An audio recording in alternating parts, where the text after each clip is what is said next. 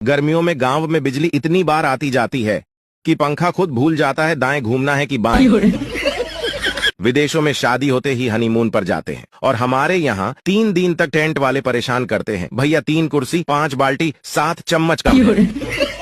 थोड़ी देर के लिए फेसबुक इंस्टाग्राम बंद क्या हुई, साला ऐसा लग रहा था आधी दुनिया खत्म हो गई। स्कूल के पीछे प्रिंसिपल नदी में डूब रहा था। पप्पू ने देखा और जोर जोर से चिल्लाते हुए भागा, कल छुट्टी है रे, कल छुट्टी। बारात से लौटने के बाद लड़कों का सबसे बड़ा बहम, काश 1 घंटा और रुक जाता तो लाल शूट वाली पट ही जाती। 13 साल वाले बच्चे को प्यार हो रहा है, 65 साल वाले शादी कर रहे हैं और जिनकी उम्र है ये सब करने की, वो बेचारा एग्जाम की तैयारी कर रहा है। सरकारी हॉस्पिटल जाना नहीं, सरकारी स्कूल में पढ़ना नहीं, सरकारी काम पसंद नहीं, लेकिन दामाद सबको सरकारी चाहिए।